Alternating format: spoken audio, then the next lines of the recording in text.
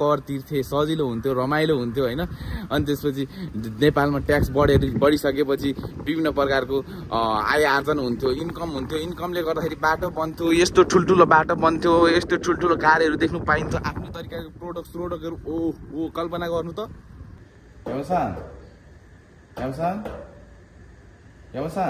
आएको छ यस्तो फिल भइरहेको छ हैन नेपालले एउटा असल नारी भेटिया छ साथीहरु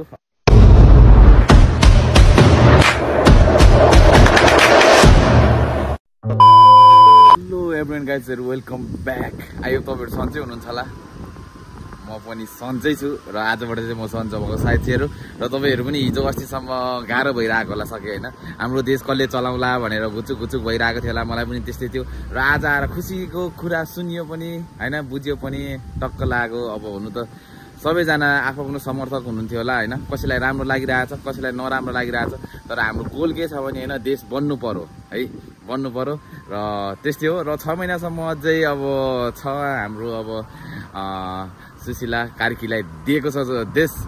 उहाँले बनाउनु भयो भने बनाइहाल्नु भयो बनाउनु भएन भने फेरि हाम्रो विघटन भएर फेरि चुनाव हुने छ सो गाइजहरु र अहिले म हुनु पर्दाखेरि पार्कमा छु र यहाँबाट अब काम जाने भनेर टक्क रेडी भएको आज आनन्द पनि भइरहेछ मलाई एकदम खुसी पनि भइरहेछ हिजो अस्तिबाट 2-3 दिन भइसकेको थियो हैन मैले हेर्नु नि तालो पनि बनाइदिए क्या जेनजी पुस्ताहरू मारिए र 2-3 दिन भइसकेको थियो हाम्रै जापानिज बाजे पनि आजकल अब के भयो बुढा बाजे 85 वर्षको बाजे गए कि जस्तो पनि लागिरहेछ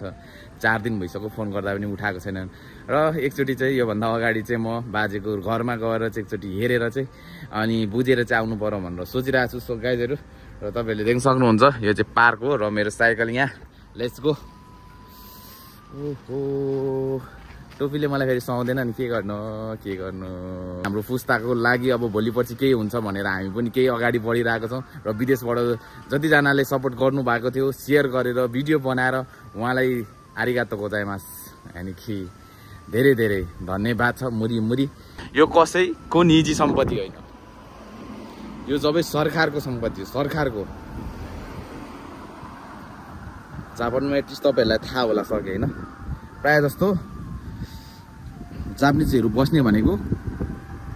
प्राइभेट सम्पत्तिमा नभइकन सरकारी सम्पत्तिमा बस्छन् भाडा तिरेर बस्छन् यस्तै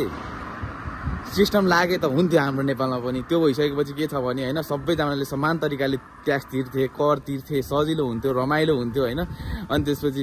नेपालमा ट्याक्स बढिसकेपछि विभिन्न प्रकारको आय आर्जन हुन्थ्यो इन्कमले गर्दाखेरि बाटो बन्थ्यो यस्तो ठुल्ठुलो बाटो बन्थ्यो यस्तो ठुल्ठुलो कारहरू देख्नु पाइन्थ्यो आफ्नो तरिकाको प्रोडक्टहरु ओ कल्पना गर्नु त तपाईको घरमा कार अनि एउटा र हाम्रो नेपालमा पनि अवश्य हुने छ यस्तै हेर्नुस् तपाईले देख्न सक्नुहुन्छ यहाँ हेर्नुस् सबैको घरमा कार गाडी एकवटा गाडी सरकारी जागिर टक्क आयो अनि काम गरेर आयो टक्क बसो छोराछोरीहरुसँग खायो रमाइलो गरो रेस्ट गरो सबैजनाले टेक्नोलोजी तरिकाले टक्क मोबाइल सवालदेखि लिएर इत्यादि सम्पूर्ण भइसकेपछि त के चाहियो र गाइजहरु म चाहिँ बाजे बस्ने घरमा चाहिँ आइसके साथीहरु र बाजे चाहिँ मुनि फ्लोरमा बस्नुहुन्छ है र यो चाहिँ म पहिले यो भन्दा अगाडि बसेको घर हो र एकचोटी जान्छु म यहाँ बस्ने एकचोटी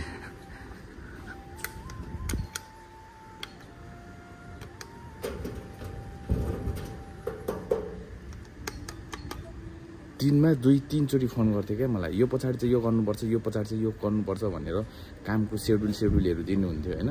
अनि अहिले 4 दिनै भइसक्यो मोबाइल स्विच अफ छ हैन अलिकति बिमारी भएको कारणले गर्दाखेरि चाहिँ मोबाइल स्विच अफ गरेर राखेको होला भनेर अनि आज चाहिँ फाइनली के भयो होला भनेर खुल्दुल भयो होला भनेर यसरी हेर्न आएको छैन चाबी लागिरहेको हो कि खास गरी भित्रै हुनुहुन्छ कि के हो हैन बज्या छैन बेल त बजिरहेको छ एक से एक भनेको यो लक लागिरहेछ यो त यामसान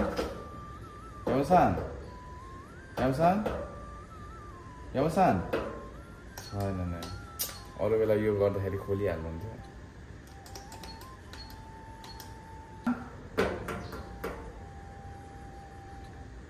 डर लागिरहेछ यार के भयो यार